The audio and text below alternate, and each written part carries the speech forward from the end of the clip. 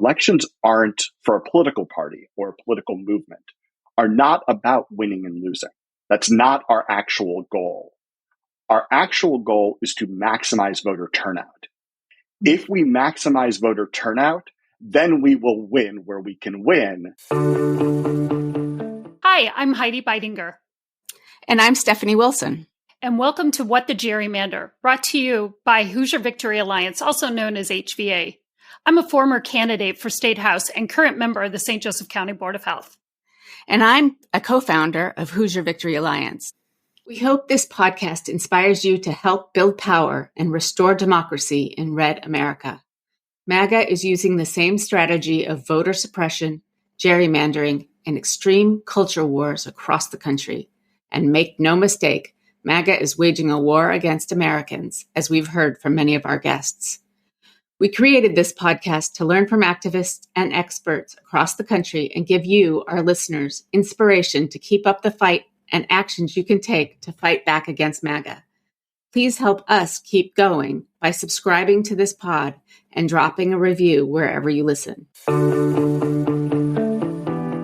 Hello, Jonathan, and welcome to What the Gerrymander. Thanks for having me. We were talking right before we came on about state house races and state senate races and how much money candidates in states like Indiana raise and who they're running against. So for our listeners, maybe we can back up and you can tell us about what you're doing about state ledge races in states like Indiana, Ohio, Missouri, and the organization that you started to try to tackle this MAGA captured nightmare. I've been involved with campaign finance and in particular online fundraising since 2003, 2004, when I was at the Democratic National Committee and Howard Dean brought internet to politics. He is the one who sort of popularized internet giving. And then I went to Act Blue, and I joined Act Blue as the third person involved with it, and was the first COO, and then took over as executive director when one of the founders stepped back and expanded into the states. And that started really me on the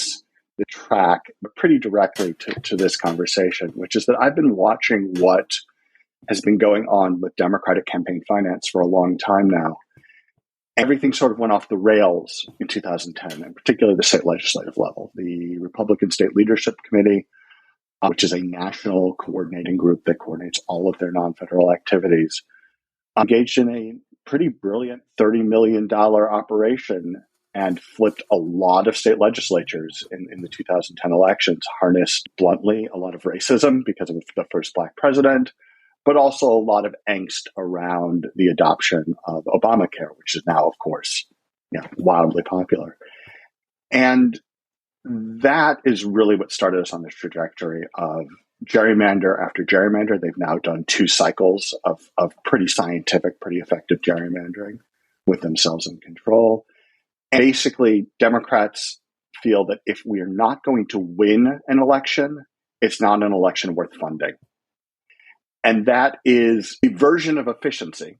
I'm not going to deny that there is a logic to it, but it's incredibly short-sighted. And particularly when you're dealing with gerrymanders that Republicans have put into place, and you're playing on their playing field, allowing them to set the rules and decide, well, hey, this is a district that they made hard for us to win, we're not going to even try, is a really bad long-term strategy with very real consequences, both up and down ballot from whatever race you're deciding not to contest.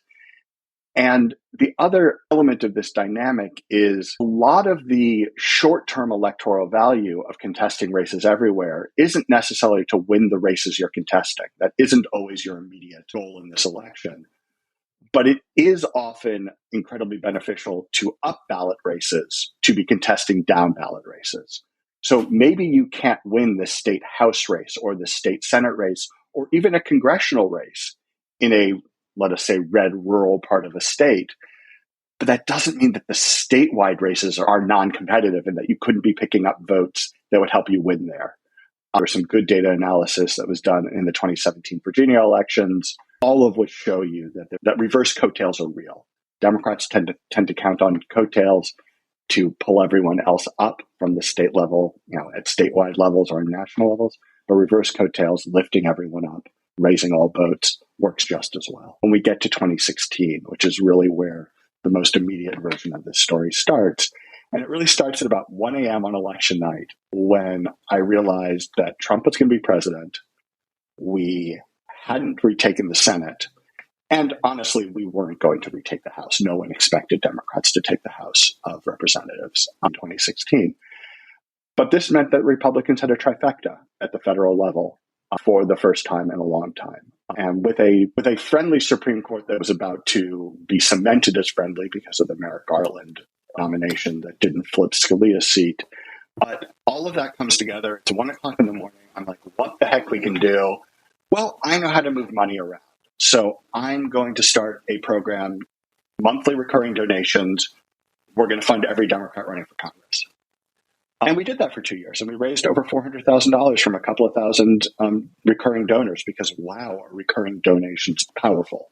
But at the same time, $400,000 split across 500 or 460 races doesn't get you very far per race if you're doing it evenly. So we iterated. After we launched the program, we started getting questions from people. Why are you doing this? I mean, the real initial answer was because it was something I knew that would be positive and might bring some people together. And I knew how to do it and we could get it launched in a month. And so we did it. But once we started peeling back the layers, we discovered that about 45% of congressional districts were completely underfunded. We defined underfunded, I think, is like $300,000 for a congressional race. We then took a look at state legislative races, and we discovered that almost the exact same percentage, 44% in 2016, were underfunded. And we defined underfunded at that point in time as 50 cents per eligible voter. And we ran some hypotheticals about what are the consequences of this kind of lack of down-ballot voting or down-ballot candidates. And there's a very complex formula called political voter index that the Cook Political Report has been publishing for a very long time. And what it does is it basically uses presidential election votes to sort of tell you how Republican or Democratic a district is. So if you ever see R plus 15 or D plus 15 in political analyses, that's the model they're using. And a lot of these forgotten districts at the congressional level, they were R plus 10, R plus 15, R plus 20. These are not districts that you would ever expect a Democrat to win. This is not about winning or losing. But if they had turned out those extra Democratic votes in 2016, not only is Hillary Clinton president, having won Wisconsin, Michigan, Pennsylvania, she also would have won Arizona under this model. But Jason Kander wins the Senate seat in Missouri, and Feingold wins the Senate seat in Wisconsin, and Katie McGinty wins the Senate seat in Pennsylvania. And all of a sudden, instead of Trump and a Republican Congress, we have Clinton and a Democratic Senate and a Republican House. And that's just a really good way to encapsulate the consequences of not running down ballot, that as we dug into this, we started realizing was a very, very big and serious problem, but one that we, as a nascent organization, didn't have the reach to solve it at a federal level. And so we started thinking a lot about how could we do state legislatures, and Michelle Hornish, who had actually already gotten involved with what we were doing at a national level, she was in St. Louis. And so we started talking about launching a state legislative pilot project to fund Democrats running for state legislature. And so we did that in Missouri in 2017. There was an opportunity to really fund the folks who were being left behind, that we started identifying through this data analysis. And so when we renewed that program after the 2018 election and heading into 2019 in Missouri, we retailored it so that we would fund the places that weren't getting funded by other people. And we developed what we call the bottom-up bathtub method of funding, which is we fund people, we take a look at the campaign finance report that they file right before the primary election. We take a look at how much money everyone's raised, and we start raising all boats. And the first thing we do is we make sure that everyone who had nothing now has $1,000. Everyone who had $1,000 now has $2,000. If you've raised $4,000 and we've got enough money to get the floor to $5,000, you get $1,000 from us. And we keep raising all boats until we run out of money. And we do it that way for a lot of reasons. The most important is we want to make sure that there is some funded Democrat in every race. And that's a really important motivation for us. mostly because there's a lot of energy that goes into recruiting candidates and training candidates on the political left, but almost no energy goes into funding the ones who are going to run in the really hard places. And so we feel that we are filling a gap that nobody else is addressing. And given how many organizations are out there doing fundamentally the same thing on the political left, it's really important to me to be doing something that no one else is doing. I was just simply saying we're funding all the Democrats. And we take into account the work they've already done, and then we lift up the people that they're not reaching. So we've designed the program to be complementary. And in Missouri, we've given away something around $300,000 or $400,000 since we launched the program. And in 2020, we expanded to Ohio, launched a program there with David Pepper over multiple cycles now. This will be the fourth cycle that we're active in Missouri. We were able to create a funding floor of $5,800 for Ohio state legislative candidates last cycle. And this cycle, our community is going to be able to guarantee that anyone who runs in a state house district in Ohio that didn't have anyone running in it has $5,000. Wow. So hopefully that's enough to get someone who's like, I'd be willing to go knock on doors and run for office, but I really don't want to do any fundraising. Or when the Ohio party comes and says, hey, will you run? And they're like, yeah, but this is a really hard district. They're like, yup. And they say to the party, what are you going to do for me? And the party says, we really can't do anything for you except maybe give you a website or a voter file or something. They'll now be able to say, but Blue Ohio, they've got your back. They're going to cut you a check for $5,000 either after the filing deadline, if you're the only one who runs, or after the primary.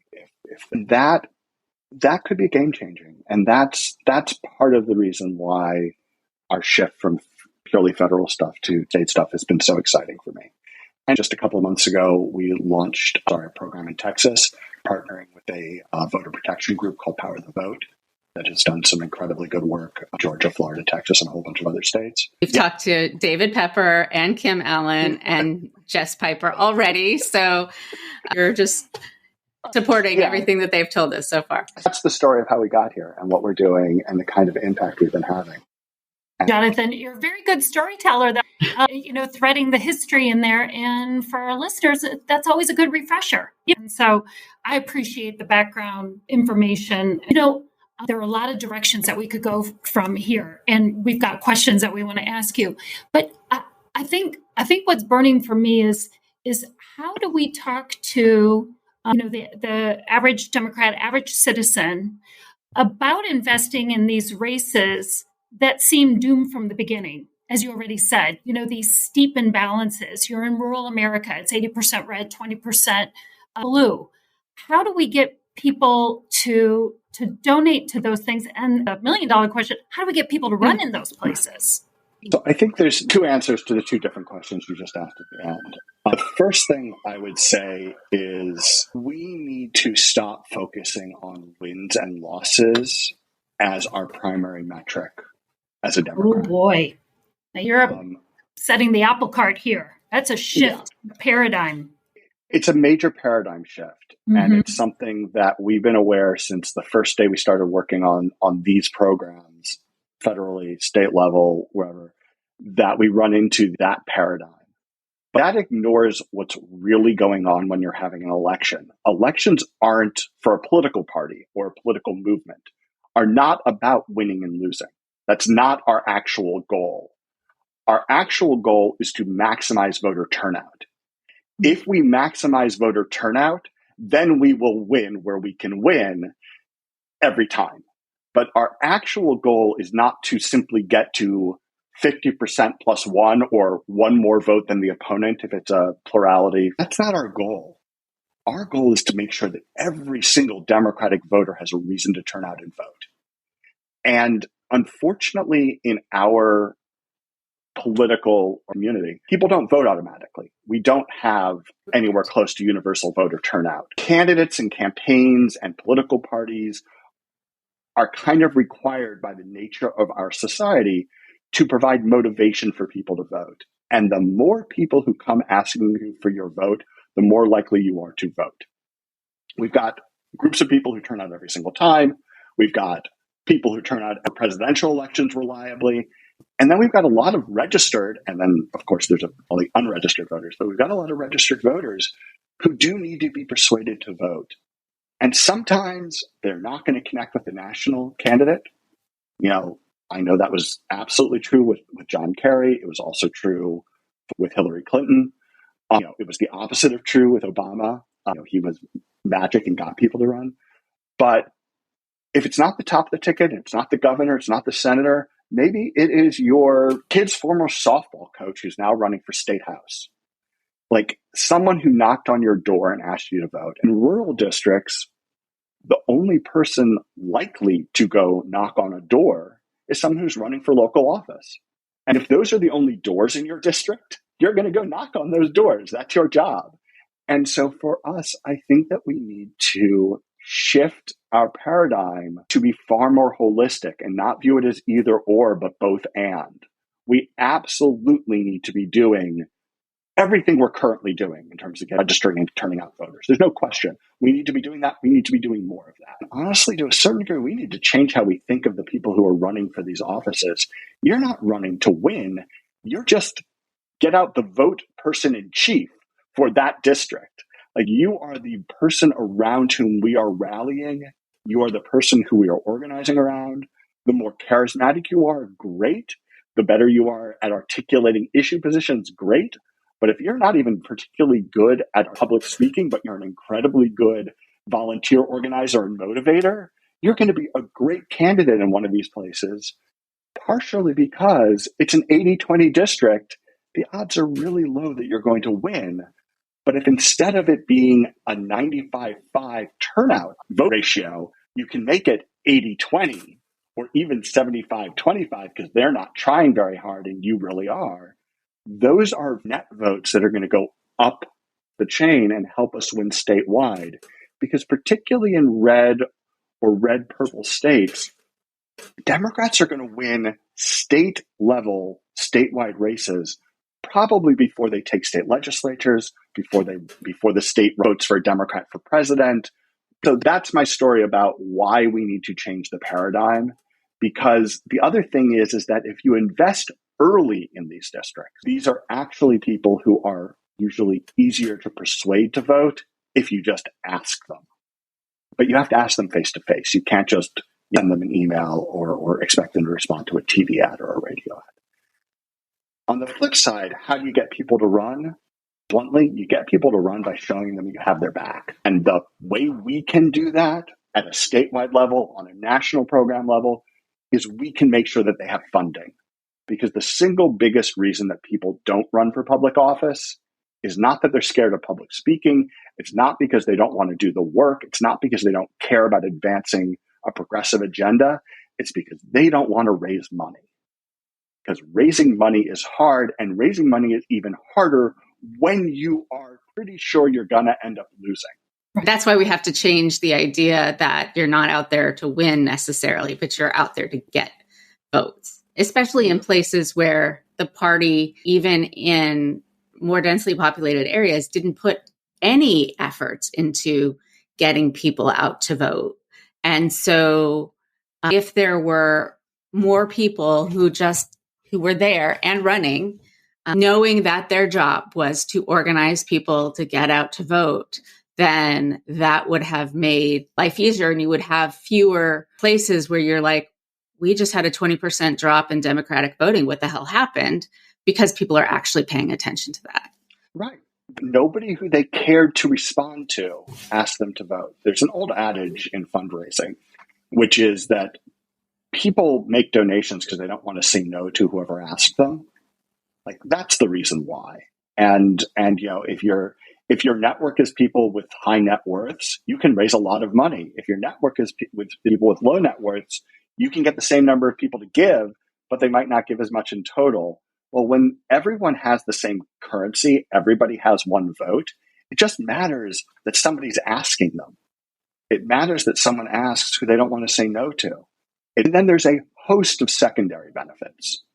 The first is we're training people on how to go to knock on doors. The first time you do a campaign, it's going to be a bit of a mess.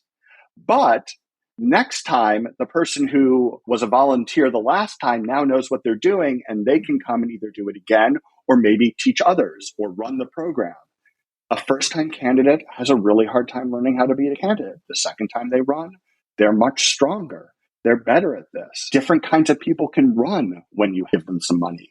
$5,000, $10,000, $15,000 at the state legislative race level, that's a lot of money. That's yard signs. That's flyers to drop off when you're knocking on doors.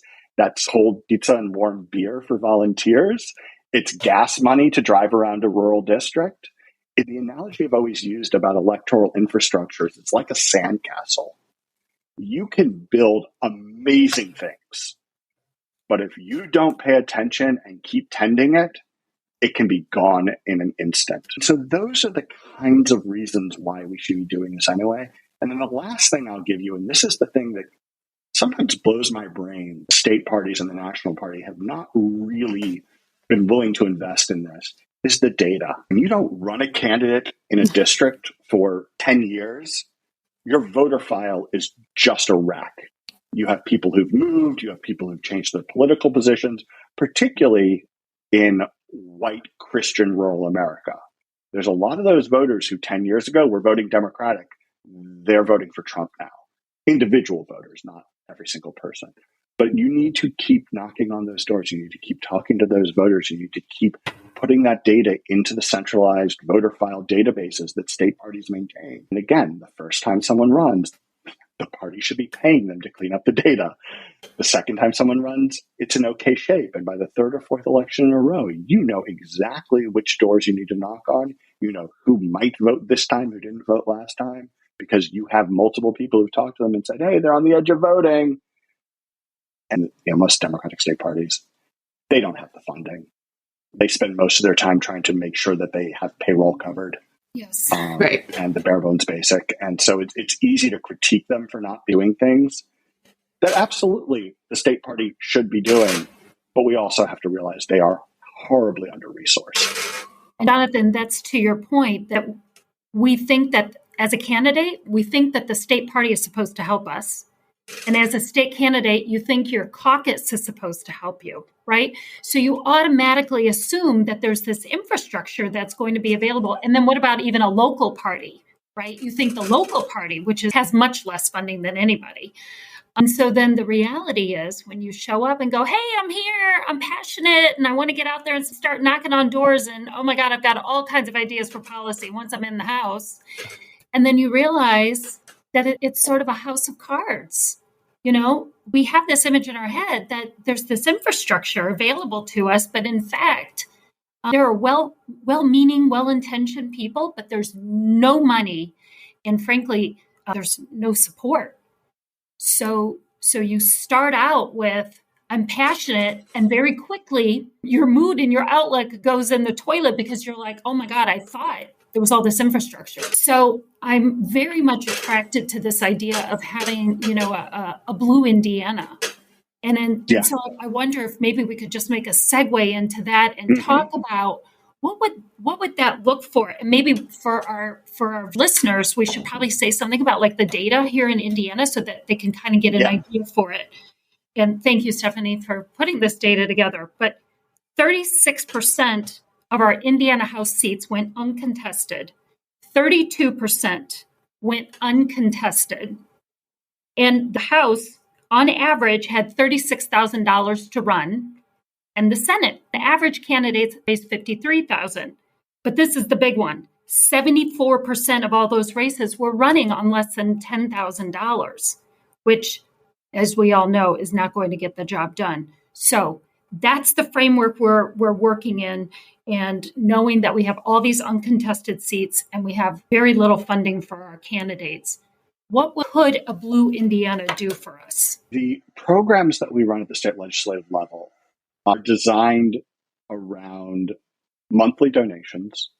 Our program in Ohio averages about $14 a month from the donors, but you can give anything. $1 makes a difference. Particularly if you think about it over the fact that you're doing it over a 2-year cycle, that's $24. Maybe you didn't have $24 that you could give, but you can give $1 a month. They average about $14 a month. We take all of that money and we accumulate it, and then we distribute it in that sort of bottom-up bathtub method starting during an election year. And potential is a couple of thousand people given that kind of money per month means that you don't have an average of $10,000 per race. You have an average of $15,000 per race.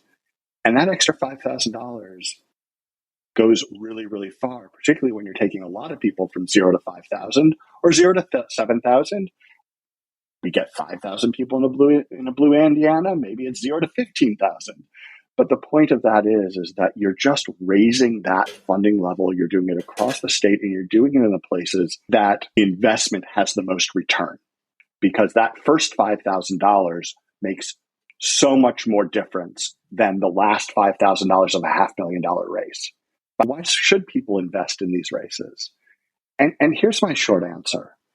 If you're being asked to give a $1,000 donation to a specific candidate, I think absolutely most donors are going to look at that and say, well, am I going to win an election with this money, or am I not going to win an election with this money? I kind of wish folks didn't think about it that way, but I really understand why they do. But if you're saying, I'm going to give up a cup of coffee or two a month, or a latte or two a month, and in exchange for which I'm going to fund dozens of campaigns across the state of Indiana, election after election after election, that's a very different calculus. And wins and losses, honestly, now it's about showing up representing. When we're talking about why people should get involved with something like this is about just making sure that Democrats are fighting everywhere, making sure that there's a funded Democrat everywhere, that every single Democratic voter has a candidate to vote for at every level of office on their ballot, that their ballot isn't Republican, Republican, Republican, Republican, Republican, U.S. Senate Democrat and Republican, like that you have choice all the way up your ballot, that you have people who are actively coming and talking to you about the issues, giving you a reason to turn out and vote, that we are actively registering new voters, that we are going to those low propensity voters, those voters who don't even necessarily turn out every presidential election, but are registered, and we're making sure that they vote. Like, those are all of the reasons, because voting is a habit. And the more we can get people to vote, the more likely we are to not need to ask them to vote again in the future. And the more that we can register people as they turn 18 to vote, the more likely they are to become lifetime voters. The more people we have talking about progressive issues, and most importantly, talking about progressive issues in local terminology. Because the way you talk about the value of public education is very different in a large urban school district versus a rural school district. The way you talk about healthcare is different when you're talking about the suburbs versus rural America. And frankly, there need to be people from communities railing against what Republican state legislatures are doing to devastate the communities that are electing the Republicans to office. And you need someone from that community standing up and saying this is wrong and articulating why it's wrong, articulating why it is that we need to be paying for public education for people who probably have a devastated rural school district. But what could you do if you could do it differently? Making those connections, drawing the dots between these things is so important, because here in Indiana, when I was knocking on doors and you would ask them who their current House representative was, not one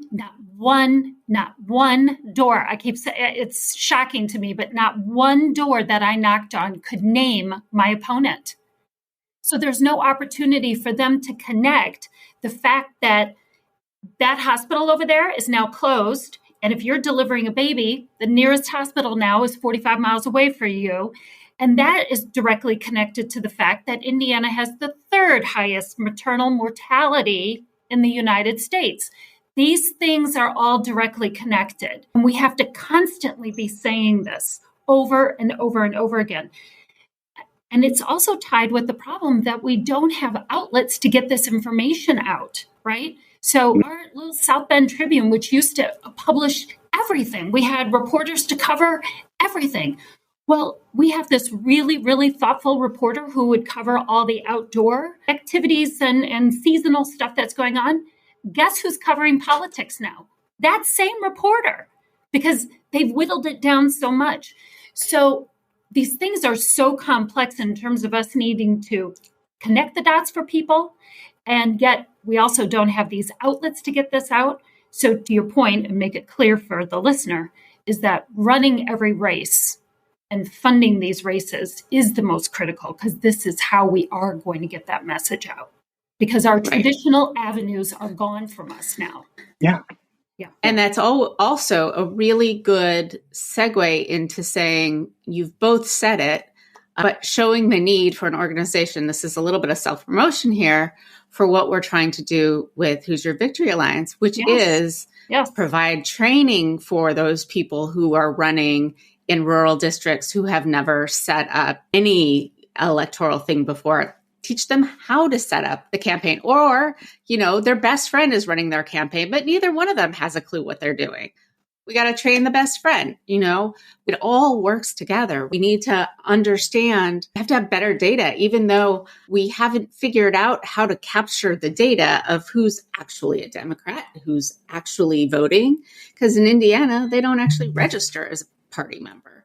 And I was like, what? How are we supposed to figure these things out? So, having more data, having more research, getting the candidates together so that we can make a community so that they all know what dots to connect, but they also have an idea of what to say.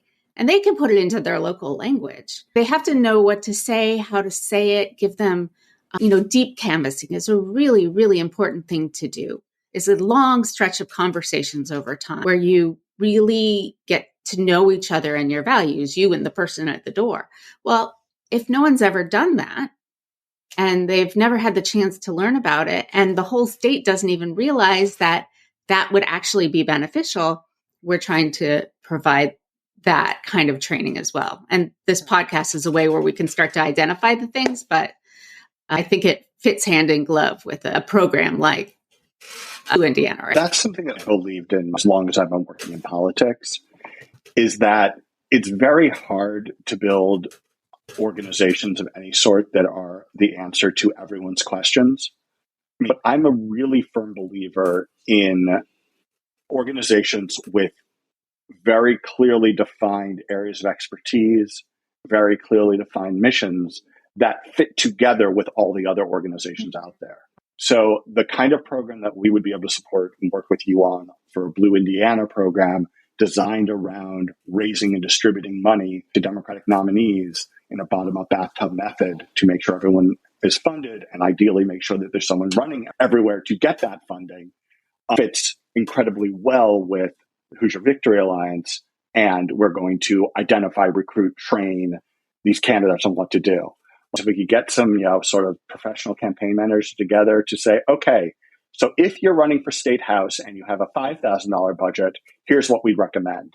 Right. Yes. If you have 10,000, here's what we'd recommend. But that is the only thing in the training category that I have ever thought that we could be doing with our Blue Ohio, Blue Missouri, Blue Texas, right? With a Blue Indiana. There are groups out there like yours that are looking to recruit and train and support candidates in that way. It's really hard for you to turn around and then fund them all. It's not easy to be doing both of those things, partially because recruiting, training, et cetera programs are correctly, in my opinion, disproportionately funded by high net worth individuals. It is a very good way for someone who can afford to write a $5 or a $6-figure check. It's an incredibly good use of their money to do that. It's harder for them to identify 100 candidates to get $500 each to. It's much easier to identify an organization that's going to go recruit and train candidates. On the flip side of that, though, programs like what we're talking about doing with Blue Indiana and the way we've done our programs, in Texas and Ohio and Missouri, they're incredibly good ways for lower dollar donors to get involved, or even mid-level donors to give monthly. Maybe it is that you can afford a $500 donation to a few candidates a cycle. Great, then give us $50 a month, not $14 a month. It's a great way to do that, but it is the kind of thing where we are about building a community of support. We're about building a community, and that is something I should say is wherever we organize these kinds of activities, we do monthly meetings. We talk politics specific to that state. We send out emails saying, hey, something's going on in the legislature you might want to be aware of. We're building a community, so you're not just giving money, but you're also participating in lifting everyone up, making sure that everyone is seen, that everyone is heard. And that's what's so incredibly important to us. Because some of these places, yeah, we're going to move the needle a little bit. We're going to turn out a few extra voters. But the value in that state legislative district is going to be 5, 10, 15 years from now when that deep red district is now competitive or turns blue. Because, I mean, I grew up in Missouri. Missouri was a blue state. It was a Democratic state when I grew up. With, frankly, in a lot of ways, I think a slightly more extreme state legislature, even than Indiana is facing right now. Well, both of them, along with a lot of other states, are facing some really extreme politicians. What I think is interesting is the idea for donors, giving to a candidate is always so, for higher net worth individuals, it seems like such the right thing to do. And it was for people like Heidi. But now we're hearing more and more people recommending that they actually give to infrastructure because it's a longer term view. The view where we're having people run for districts that they're not likely to win to get more votes, to give more money to places that can exist for more than one cycle and help more than just one candidate. Have you found that there are some people in districts that they are absolutely unlikely to win? I'm thinking Marcus Flowers and our favorite person, Marjorie Taylor Greene's district, who raised an enormous amount of money, but had no chance of winning. Can you talk about how that can still be helpful ways of people turning out voters? One thing I will say is that they did put something like 28 field organizers on the ground in that district because they had the money to do it. They knocked on 100,000 doors. You look at the November election in last year, in that district fell between 2020 and 2022. So fewer people actually turned out to vote. Marcus got 10,000 more votes than the Democrat had gotten in 2020.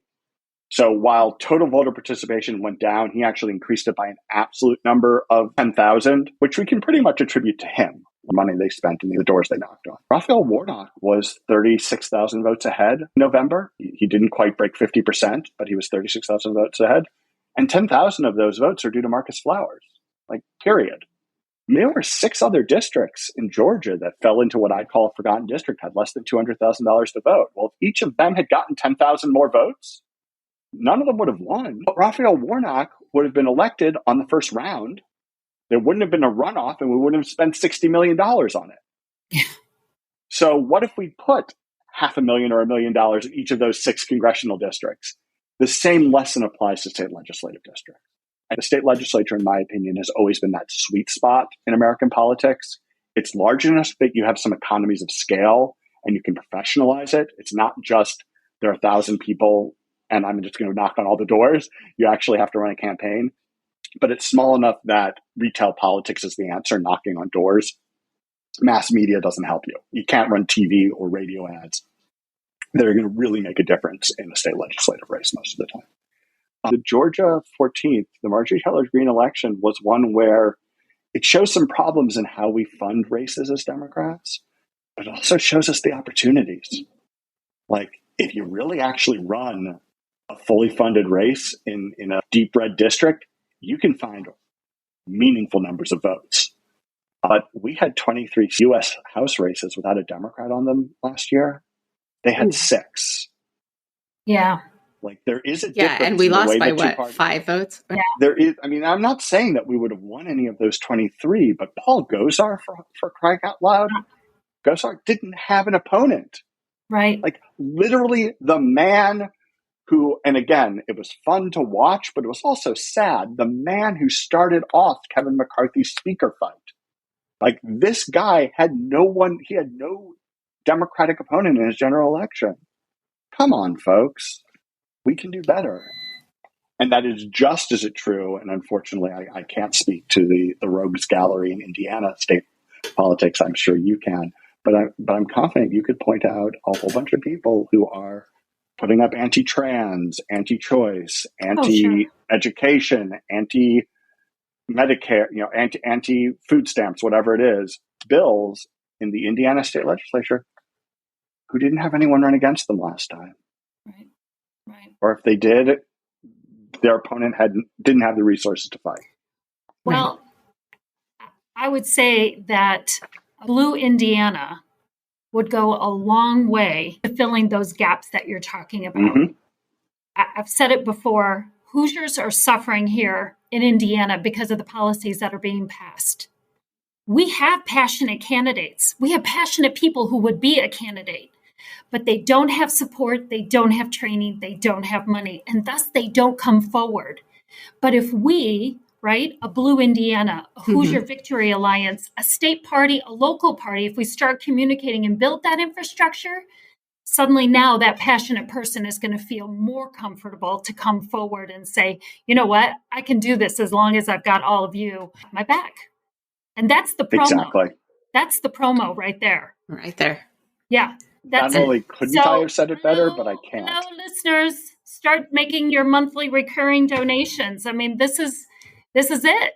It really is. This is the direction that we have to go.